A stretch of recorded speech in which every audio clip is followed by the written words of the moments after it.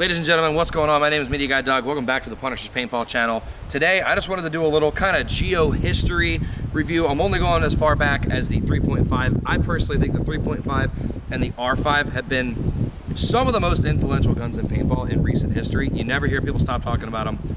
Joe might have some opinions, but he'll weigh in.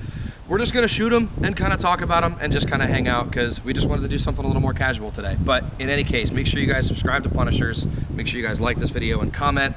Obviously, if you're looking for some Black Friday stuff, you still have time for that. We're only about halfway through November, but we will catch you after the intro.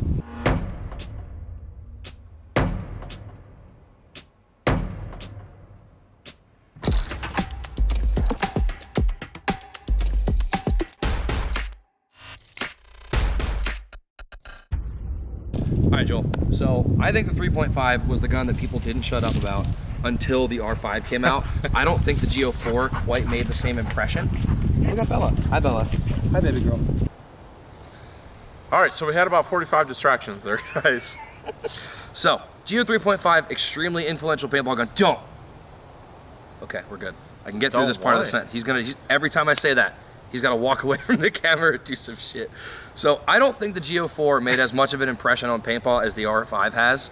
That is my opinion. Joel, I'll give him a moment to speak about. I swear to God. I'm just zooming in, guys. I'm leaving this in. I'm not even. We're zooming this in. Nope. Yep. You guys can see what I have to deal with. This is why I left in the first place. No, it's not. I'm kidding. Anyway, so I would like to shoot the 3.5 and the R5 side by side. Joel seems to have thrown a Geo 4 into the mix here. I'm really curious as to why you felt the need. Is this just a family history lesson? Because I think that like it's only fair. Like we're talking about 2 models ago as compared to 1 model ago. I think the Geo 4 was not as well received. I was gonna say I see the logic. I just don't think people cared that much. Yeah, I think the Geo 4 was. I think the Geo 4 was an advancement from the Geo 3.5. Don't get me wrong. You also had the CS1, right? Yep. In between those. Same bolt system as well. Yeah. So, but the Geo 4 is the previous model to the Geo R5. So I figured I'd throw it in there. Sure. And kind of talk about a few of the differences. Sure. We can do that, but yeah, so I would love to just kind of get some paint in these things. We're shooting some Empire Premium. We're going to shoot these guys and just kind of see like what really did change from something 2 models ago to something that is incredibly modern now. I just really, I like the way both shoot. The big thing that we need to talk about, Doug, is like all the different features of the new R5 as compared to the 3.5. You know, 3.5 had the ATP pipe. Obviously, that's the #1 thing. That's the biggest thing. A lot smaller of a gun. The R5 is a lot longer of a gun. We also had, you know, the biggest problem with the 3.5, in my opinion, I zoomed in too much on this. Now my head's cut off. But, you know, like the 3.5 had the problems with the solenoid, right? And now, with the R5, it's all serviceable. It's rebuildable. So, yeah, I think the R5 for me feels a lot better in the hands. Oh, for sure. It's probably a smoother shooting gun.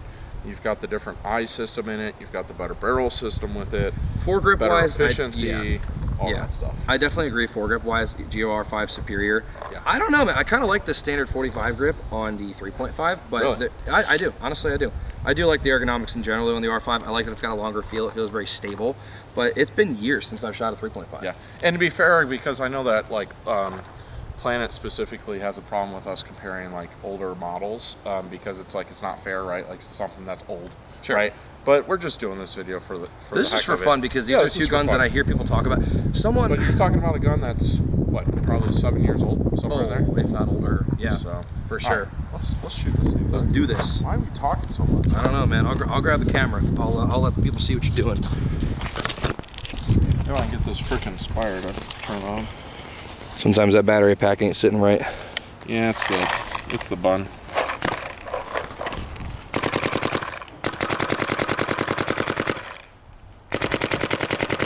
Okay, now I'm gonna side by side with the 3.5 here. Is this on? Yeah.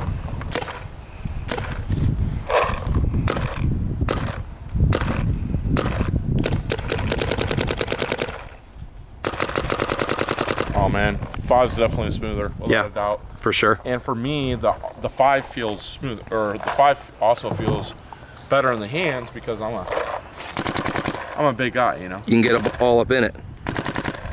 Doug, your turn. Yeah, man, it's been a minute since I shot the 3.5, so let's go. All right, so we got the R5 here.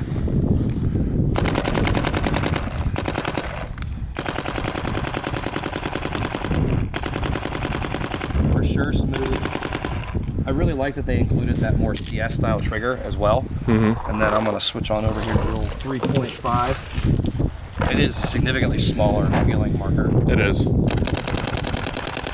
That's crazy, the difference, dude. Because like people used to talk about how soft and spoofy this gun was, right? Which it is, don't get me wrong, for the time, but like thinking now, just comparing it to the R5, it's almost poppy by comparison. The R5 is genuinely that much smoother. You scooting? There he is. Yeah. Yeah, anyway, but seriously, the R5 is genuinely that much smoother. I mean, that's wild. Still feels super sick. I still do like the rear grip here, but like it's the difference, the updates, it's night and day, man. I mean, there's a reason that they release more modern stuff. But two hugely influential markers in paintball. Like I heard someone this past week at Cup was like, if I could shoot any old gun, it'd be my 3.5. It made an impression. But you don't have to. So here's the question: is the R5 going to be that gun 10 years from now? 100%. 100%. And for those of you that might have something like this and you're wondering if is it worth it to update, yes, it is. And that's why I like doing videos like this. Despite, I don't know, you said Planet isn't a fan of doing old versus new. Well, Planet, you've backed yourself into a corner by making good stuff that lasts a long time. So you have this problem where people are like, well, I don't need to update. It's a 3.5. I mean, look at it. But my biggest problem is, like, I was never a 3.5 fan. Really? Yeah, I'm the weird person out of this, because I was never a 3.5 fan because of the solenoid. Why buy a $500 to $1,000 gun, right? Because over the past 5 years, it's depreciated from the $1,000 down to that. Right. And you got to put a $160 part in it. And now the solenoids are no longer a thing. Right. So you can only get what's left on the aftermarket, and then you're toast. Right. It's got an overall shelf life, right? So one of my teammates, Owen, he's bought multiple Geo 3.1s, I think, either 3 or 3.1s, and everybody keeps giving him shit. They're like, dude, it's gonna go. When that solenoid's done, you're toast. Yeah. He even said, he's like, I picked up 2 or 3 extra. I can't remember how many. He literally is planning for that obsolescence to come, which I get it, but to your point, you don't have to worry about that with the R5, and I'll side by side them. So one of the reasons why you don't have to worry about it with the R5 is because you can take the solenoid spool out. Doug's ADD is kicking in. I ran myself out of paint on the 3.5. Uh-oh. But with the solenoid spool on the R5, it's very simple. It's literally one extra O-ring compared to the CS3 spool. Okay. That's the only difference between the two, and so it is very simple platform to maintenance and everything else like that. And that's kind of the name of the game for a lot of Planet stuff, right? Right. It's just, but honestly, it's not shooting super straight. I think it's this premium paint that we've got here. It has nothing to do with the gun. Tube is tube, gun is gun. Now even like, here's the thing. Now even the 4 here, right? Even the 4. Difference is there, right? Like 3-piece barrel system as compared to a 2-piece barrel system. Right. Massive. Cable eyes compared to the reflective eyes, which I love those eyes. I love that eye system. I do too. Trigger guard, pretty majorly different. I mean, here's the other thing. Position of the solenoid. So the solenoid on this is in the front, as compared to the solenoid on this, which is now in the rear, and it's a transfer pipe. So the way that the Geo works is it releases air in the front, causes a pressure differential, and allows the bolt to travel forward. Gotcha. And that's why you've got an SFR on both these guns, is because it's basically how quickly does that air dump out, which slows the bolt speed, right? So the Geo R5 bolt speed is very slow. Part of the reason why it's so smooth and poofy and everything else like that. And the difference of what is a brass versus a stainless steel, right? So like that's another thing. The R5, or that's unique to the R5. So once again, you've got like your more bulletproof SFR as compared to your more tunable brass SFR, and everything else like that. So it's more tunable. In my opinion, I think the R5 feels better compared to the 4. 100%. Just overall, like a lot of improvements. The eye system's better on the R5. The 4 for me, and you guys have heard me complain. I've had people come up and be like, "Oh, you didn't like the Geo 4." It was just tooth wacky. Like it almost got in the way of the softness because it was such we gotta a shoot it. shot. We gotta shoot it. We can't just talk about it. Strap it up real quick. Get strapped. Take the stuff off the 3.5. We can talk while we do it. But yeah, no. I really liked the idea of the 4 when it was coming out, because that was when I started with Punishers, when the 4 and the Aspire 4 were coming out. Yes, that's correct. I remember doing a blog about it, all the features that were on it. Sounded super cool, but just I think it was a failure to launch in practice. Just preference, right? People loved it. Crunch has a Geo 4. He loves that thing. He won't get rid of it. And that's fine. There's absolutely nothing wrong with that. And that's, again, kind of half the point of this video is just kind of to tell people, like, if you want to update, it's worth it. Right. It is absolutely worth it. The R5 does have a better shot.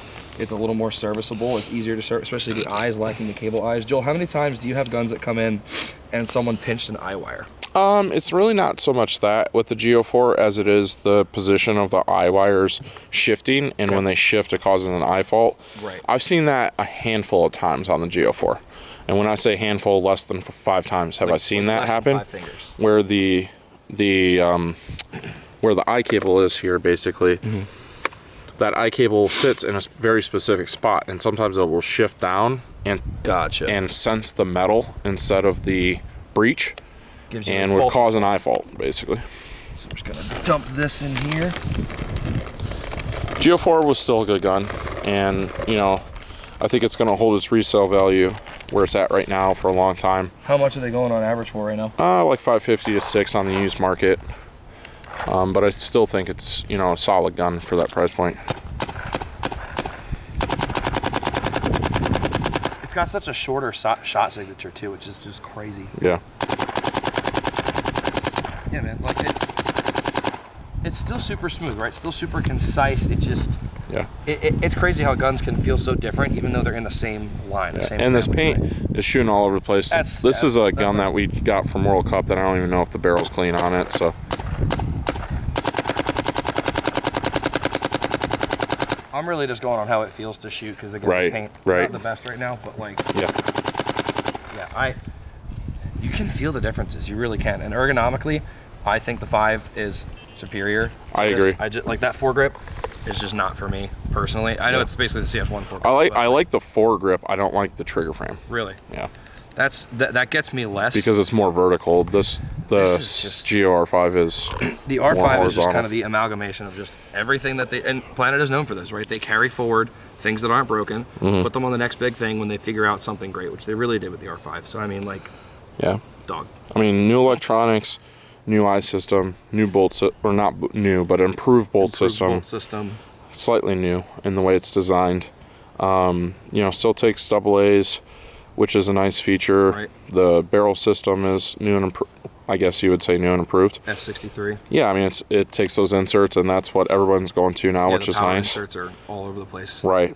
So, and the position of the solenoid allows for higher pressure output.